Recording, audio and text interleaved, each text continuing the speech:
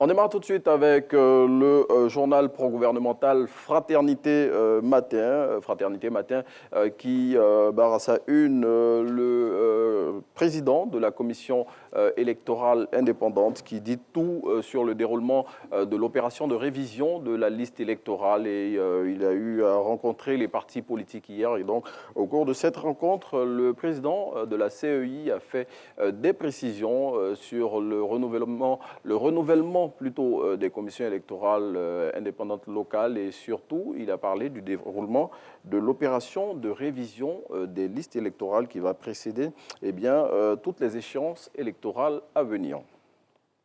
On parle également dans Fraternité Matin de ce jour de la visite d'adieu qu'a rendu le nonce apostolique au président de la République, Alassane Ouattara, nonce apostolique qui aura passé 3 ans en Côte d'Ivoire et qui quitte notre pays bientôt. Autre titre de la presse, c'est le nouveau réveil avec lequel on s'intéresse à cette rencontre qu'a eu hier le président de la commission électorale indépendante avec les partis politiques.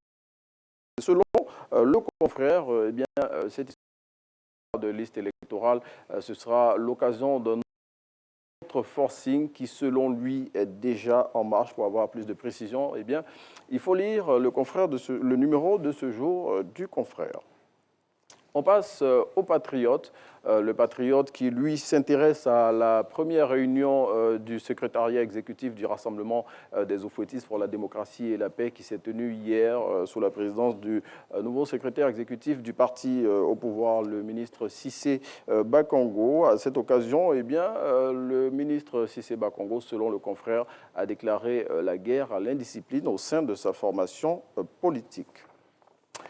Autre information, et c'est avec un autre quotidien, c'est Le Jour Plus qui, lui, s'intéresse à l'affaire des 46 soldats ivoiriens détenus au Mali. Et le confrère semble avoir des informations sur des négociations qui seraient en cours actuellement, négociations très intenses sur lesquelles il lève un coin de voile. Et puis, on referme ce numéro de la revue des titres de ce mercredi avec l'Inter qui lui aussi s'intéresse à cette affaire des soldats ivoiriens détenus au Mali.